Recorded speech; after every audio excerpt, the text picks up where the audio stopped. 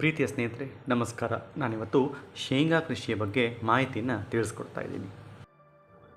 ಸ್ನೇಹಿತರೆ, ನೆಲಗಡಲೆ ಅಂತ ಕರೆಯಲ್ಪಡುವಂತಹ ಶೇಂಗಾ ಈ ಕೃಷಿ ಕೂಡ ಏಷ್ಯಾದಲ್ಲಿ ವಿಶೇಷವಾಗಿ ಭಾರತದಂತಹ ಪ್ರದೇಶಗಳಲ್ಲಿ ಪ್ರಮುಖ ಉದ್ಯಮವಾಗಿ ಬೆಳೆದು ಬಂದಿದೆ. ಹಾಗೆ ಅಗ್ರ ಎಣ್ಣೆ ಬೀಜ ಬೆಳೆಗಳಲ್ಲಿ ಒಂದಾಗಿರುವಂಥದ್ದು.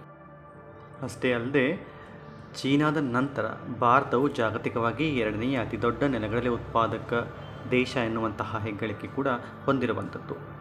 ನೆಲಗಡಲೆಯನ್ನು ವಾರ್ಷಿಕ ಮೂಲಿಕಾ ಸಸ್ಯವಾಗಿ ಬೆಳೆಯಲಾಗುತ್ತೆ. ಹಾಗೆ ಇದು ಬಹುಮುಖ ಬೆಳೆ ಉಷ್ಣವಲಯದ ಮತ್ತು ಉಪ ಉಷ್ಣವಲಯದ ಪ್ರದೇಶಗಳಲ್ಲಿ ಹೆಚ್ಚಿನ ರೀತಿಯಲ್ಲಿ ಬೆಳೆಯುವಂಥದ್ದು.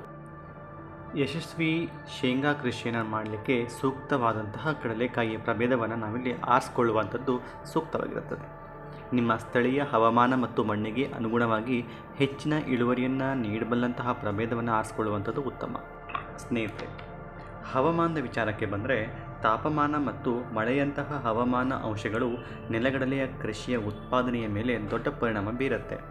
ಹಾಗಾಗಿ ತಾಪಮಾನದಿಂದ ಗಮನಾರ್ಹವಾಗಿ ಪ್ರಭಾವ ಬೀರೋದರಿಂದ ನೆಲಗಡಲೆಯ ಬೀಜದ ಉತ್ತಮ ಇಳುವರಿ ಗುಣಮಟ್ಟಕ್ಕಾಗಿ ಬೆಳವಣಿಗೆಯ ಋತುವಿನ ಉದ್ದಕ್ಕೂ ವಿಶೇಷವಾಗಿ ಹೂ ಬಿಡುವಂತಹ ಗೊಂಚಲು ಮತ್ತು ಕಾಯಿ ರಚನೆಯ ಹಂತಗಳಲ್ಲಿ ಸಾಕಷ್ಟು ಮತ್ತು ಸಮವಾಗಿ ವಿತರಿಸಲಾದಂತಹ ಮಳೆಯ ಅಗತ್ಯವಿರುತ್ತೆ.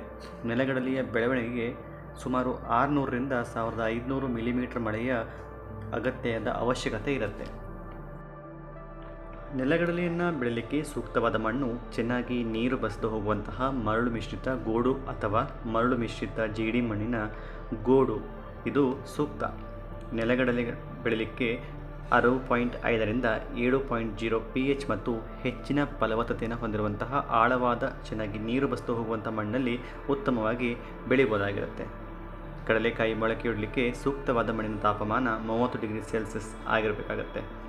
ಬಿತ್ತನೆ ಸಮಯದಲ್ಲಿ ಕಡಿಮೆ ತಾಪಮಾನವು ಮೊಳಕೆಯೊಡೆಯೋದನ್ನು ತಡೆಯುತ್ತದೆ ಮತ್ತು ಬೀಜಗಳು ಮೊಳಕೆಯಲ್ಲಿ ಸೋಂಕುಗಳನ್ನು ಉತ್ತೇಜಿಸುತ್ತೆ. ಹಾಗಾಗಿ ನೆಲಗಡಲೆ ಬೆಳೆಯಲಿಕ್ಕೆ ಪ್ರಾರಂಭಿಸುವ ಮೊದಲು ಮಣ್ಣಿನ ಪರೀಕ್ಷೆಯನ್ನು ನಡೆಸುವಂಥದ್ದು ಸೂಕ್ತವಾಗಿರುತ್ತೆ.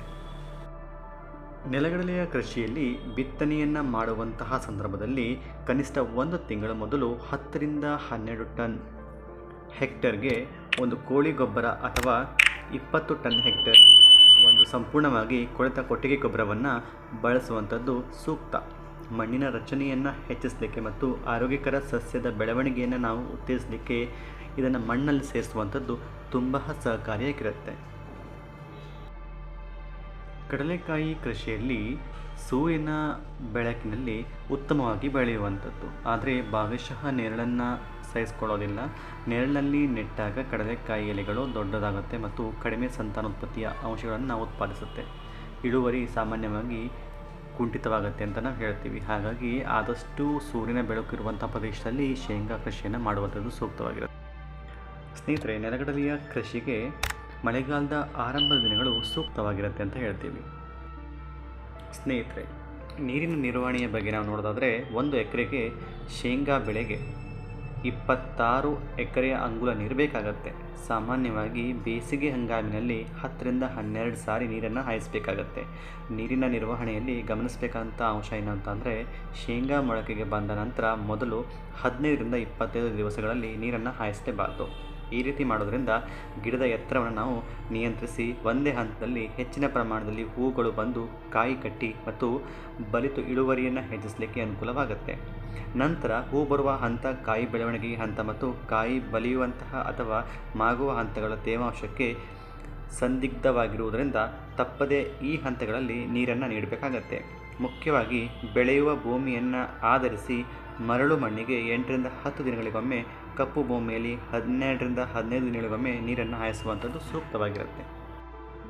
ಸ್ನೇಹಿತರೆ, ಇಳುವರಿಯ ವಿಚಾರದಲ್ಲಿ ಕಡಲೆಕಾಯಿ ಬೀಜವನ್ನು ಅಕಾಲಿಕವಾಗಿ ಕೊಯ್ಲು ಮಾಡೋದರಿಂದ ಇಳುವರಿ ಕಡಿಮೆಯಾಗುತ್ತೆ, ಎಣ್ಣೆಯ ಅಂಶ ಕಡಿಮೆಯಾಗುತ್ತೆ ಮತ್ತು ಬೀಜದ ಗುಣಮಟ್ಟ ಕಡಿಮೆಯಾಗುತ್ತೆ. ಇದಕ್ಕೆ ವಿರುದ್ಧವಾಗಿ ಕೊಯ್ಲು ವಿಳಂಬವಾಗಿರೋದರಿಂದ ಹಳದಿ ಅಚ್ಚು ಅಥವಾ ಅಫ್ಲಾಟಾಕ್ಸಿನ್ ಮಾಲಿನ್ಯದ ಅಪಾಯ ಹೆಚ್ಚಾಗುತ್ತೆ. ಶೇಂಗಾ ಗಿಡವನ್ನು ಕಿತ್ತು ಕಾಯಿಗಳನ್ನು ಪರೀಕ್ಷಿಸಿ ನೋಡಿದಾಗ ಸಿಪ್ಪೆಯ ಮೇಲಿನ ನರಗಳು ಸ್ಪಷ್ಟವಾಗಿ ಕಾಣಿಸುವಂತಿರಬೇಕು. ಕಾಯಿ ಸುಲಿದಾಗ ಸಿಪ್ಪೆಯ ಒಳಪದರ ಕಪ್ಪಾಗಿರಬೇಕು. ಆಗ ಬೆಳೆ ಕೊಯ್ಲಿಗೆ ಸಿದ್ಧವಾಗಿದೆ ಅಂತ ಅರ್ಥ. ಹಾಗೆ ಈ ಶೇಂಗಾವನ್ನು ಗಿಡದಿಂದ ಬೇರ್ಪಡಿಸಿ ಸ್ವಚ್ಛ ಮಾಡಿ ಶೇಕಡ 8ರಿಂದ 10 ತೇವಾಂಶ ಇರುವಂತಹ ಪ್ರದೇಶಗಳಲ್ಲಿ ಒಣಗಿಸಿ ಪಾಲಿಥೀನ್ ಲೈನಿಂಗ್ ಇರುವಂತಹ ಗೋಣಿ ಚೀಲಗಳಲ್ಲಿ ಇದನ್ನು ಶೇಖರಿಸಿ ಇಡಬಹುದು. ಸಾಮಾನ್ಯವಾಗಿ ತೆಂಗಿನ ತೋಟಗಳಲ್ಲಿ ಅಂತರ ಬೆಳೆಯಾಗಿ ನಾವಿಲ್ಲಿ ಶೇಂಗಾ ಕೃಷಿಯನ್ನು ಮಾಡ್ಬೋದಾಗಿರುತ್ತೆ. ಸಾವಯವ ಬೇಸಾಯವನ್ನು ಮಾಡ್ತಕ್ಕಂಥ ರೈತರು ಶೇಂಗಾ ಕೃಷಿಯಲ್ಲಿ ಕೀಟಗಳ ಬಾಧಿನ ತಡೆಗಟ್ಟಲಿಕ್ಕೆ ಬೂದಿಯ ಸಿಂಪಡಣೆಯನ್ನು ಮಾಡ್ಬೋದು. ಹಾಗೆ ಬೇವಿನ ಎಣ್ಣೆಯ ಸಿಂಪಡಣೆಯನ್ನು ಕೂಡ ನಾವಿಲ್ಲಿ ಮಾಡ್ಬೋದಾಗಿರುತ್ತೆ. ಹಾಗೆ ಸಾವಯವ ರೀತಿಯ ಅನೇಕ ರೀತಿಯ ಕೀಟ ನಿರ್ವಹಣೆಯ ಲಸಿಕೆಗಳನ್ನು ನಾವಿಲ್ಲಿ ನಮ್ಮ ವಿಡಿಯೋಗಳಲ್ಲಿ ಹಾಕಿದ್ದೀವಿ, ಯಾವ ರೀತಿಯಲ್ಲಿ ಮಾಡ್ಕೋಬೋದು ಅಂತೇಳಿ. ಅದನ್ನು ಕೂಡ ನಾವಿಲ್ಲಿ ಉಪಯೋಗಿಸ್ಕೊಂಡು ಶೇಂಗಾ ಕೃಷಿಯನ್ನು ನೈಸರ್ಗಿಕವಾಗಿ ಮತ್ತು ಸಾಂಪ್ರದಾಯಿಕ ಪದ್ಧತಿಗಳನ್ನು ಅಳವಡಿಸ್ಕೊಂಡು ಮಾಡ್ಬೋದಾಗಿರುತ್ತೆ. ನಮ್ಮ ಇವತ್ತಿನ ಈ ಮಾಹಿತಿ ತಮಗೆ ಇಷ್ಟವಾಗಿದೆ ಅಂತ ನಾನು ಭಾವಿಸ್ತಾ ಇದ್ದೀನಿ. ತಾವೇನಾದರೂ ನಮ್ಮ ಈ ಕೃಷಿ ಸ್ಫೂರ್ತಿ ಚಾನಲ್ಗೆ ಹೊಸಬರಾಗಿದ್ದಲ್ಲಿ ಈ ಕೂಡಲೇ ಸಬ್ಸ್ಕ್ರೈಬ್ ಮಾಡಿಕೊಳ್ಳೋದ್ರ ಮೂಲಕ ತಮ್ಮ ಸ್ನೇಹಿತರೊಂದಿಗೆ ಶೇರ್ ಮಾಡೋದ್ರ ಮೂಲಕ ನಮ್ಮನ್ನು ಪ್ರೋತ್ಸಾಹಿಸಿ ಮತ್ತು ಬೆಂಬಲಿಸಿ. ಧನ್ಯವಾದಗಳು.